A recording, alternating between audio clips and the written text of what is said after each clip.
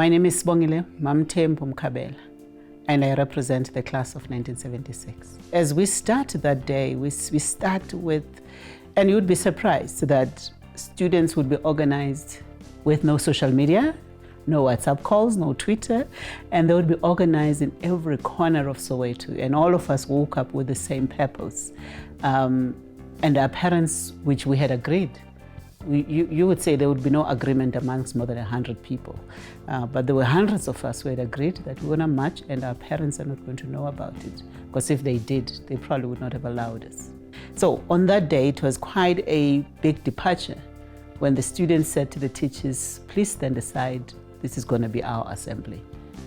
And we took on the assembly and we said, as agreed, we're now going to leave, and this is the route we're going to take coming from the side of Soweto where we were coming from, and meeting up with our colleagues who would be at different points in Soweto. And the whole plan was done, and we had the whole mapping of how those who are coming furthest, which is us, we're coming from Naledi, what was called Soweto Deep West.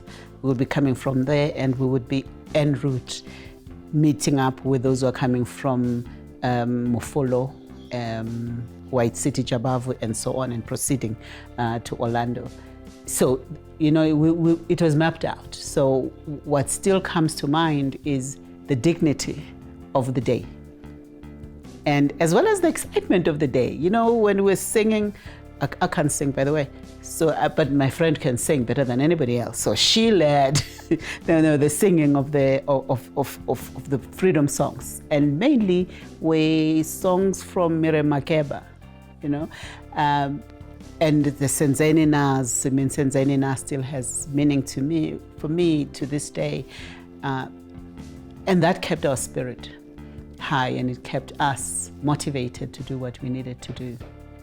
That day, we start off with this level of excitement. We're in control, we're in charge, we've dismissed our teachers, we're going to lead, and we're making sure that we're accountable for one another. It was one of the things, those of us who were organizing the march and led the march, one of the rules was make sure that you're holding somebody's hand, so that everyone is accounted for at all times. So if Cindy wasn't there, I would have to ask my questions, where is she? Because I'm holding her hand. Someone else is holding my hand. So that was, the idea was to ensure that everyone is accounted for. So there is a level of trusting the system, and even though you didn't like the system, but you trusted that there were certain things that they wouldn't do to children. It's also the sense of, my school uniform was Naledi High School, which was black and white. So it's the images of us holding each other, singing freedom songs and leaving the schoolyard and school premises, and our teachers staying behind. Utter confusion, but at the same time purposefulness. And this next moment, in between, of course, the police that are throwing tear gas and so on, we could manage that. But once we heard the message that there's been actual live ammunition and children had been killed, that is a moment for me. And sometimes when we tell the story of June 16, the context is missing. And that context is, it was 1974 Frelimo rally that organized by university students, Steve Biko, Nkgopotse Tiro being part of that. It is that which resulted in many of the universities expelling many of their students. As they expelled them, they came to teach at high schools. As they came to teach at high school, what happens? Of course, it's a perfect storm, right? Consciousness rises, and you have teachers who are not just teachers, but who are conscious teachers who are deliberate and intentional in what they teach and how they want us to carry ourselves. So you have that level of awareness at high school. But you also, as I said, have high levels of organization, which was around ideology, around Black consciousness. And Black consciousness was really a philosophy that helped us claim ourselves. And once we have claimed who we are, and we stood up and we stood strong, we would take on any enemy. Then what did we do in organizing? It really meant ringeti teki. and go from school to school. I was part of the teams, and I was leading the teams because a friend of mine, David Kutumela, who passed away due to COVID now, and I were asked to organize the western part of Soweto.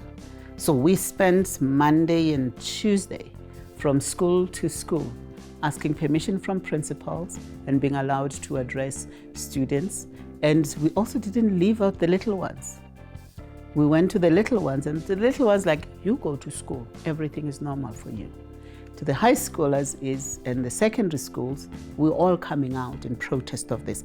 The issue of Africans per se didn't directly affect me as an individual. But you never stand as an individual, you stand as a people. So as much as I wasn't affected, I was affected.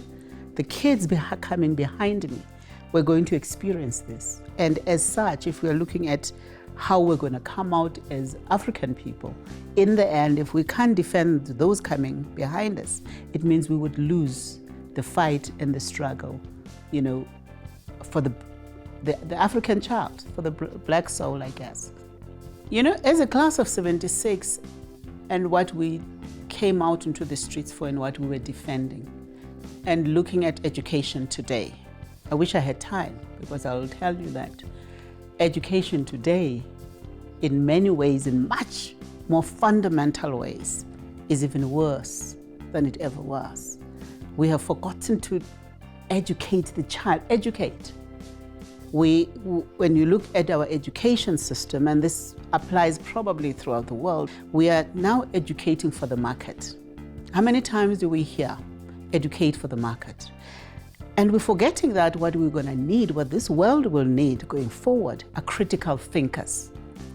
We have machines, and computers and so on will produce machines. The kids who are going to make it in the world of tomorrow are probably the social science trained kids, are the kids who would be trained to think, who would be trained to solve complex problems, not mathematical complex problems that you can put on an iPhone somewhere and resolve.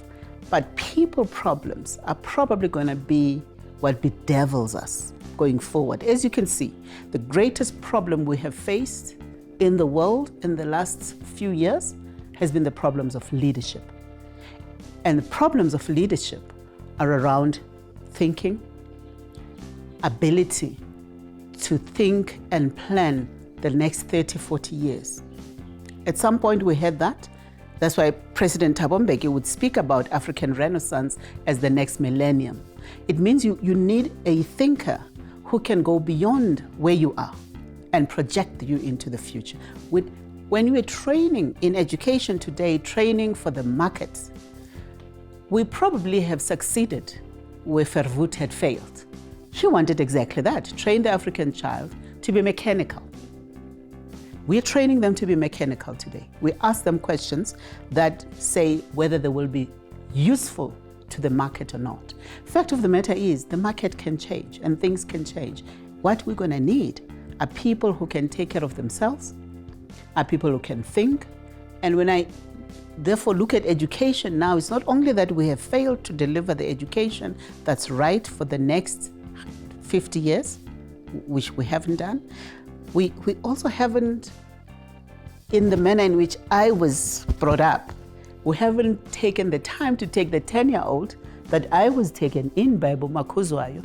We haven't taken our 10-year-olds, our 12-year-olds, our 15-year-olds and treated them with dignity and made them part of the solution as opposed to part of the problem. Whenever we're talking about young people, it's always in a manner that says young people need to be fixed. Whereas in many instances, and Africa's greatest asset, it's its young people.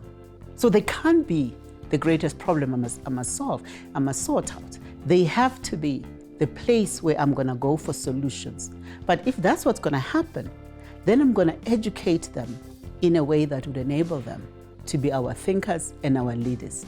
The failing of our leadership at this point is one thing that should be causing all of us to pause and rethink what we are doing with education and with just societal values.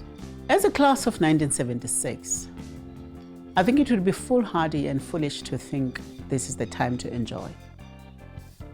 It's not. We delivered a constitution in 1996. That constitution needed us to breathe life into it. And that was a huge reorganization of society. More than anything, we've needed leadership. And I think we have moved forward, we've moved backwards. What is clear to anyone who cares to see is the fact that we've been completely derailed, is the fact that we do need to go back to the values that pushed us to the streets in 1976. And it's not an impossible task. But I didn't expect to enjoy the fruits of freedom. I expected to be part of setting in motion a system that would ensure that it never happens again. But looking at the struggles with Fees Must Fall protest and so many other protests, our kids talking about their hair and how their hair is offending people, all the kinds of things that we say, we can't be here, we can't be serious to be here. So I think we have a huge responsibility to put this thing back on track, and a great deal of it is about the leaders we elect to lead us.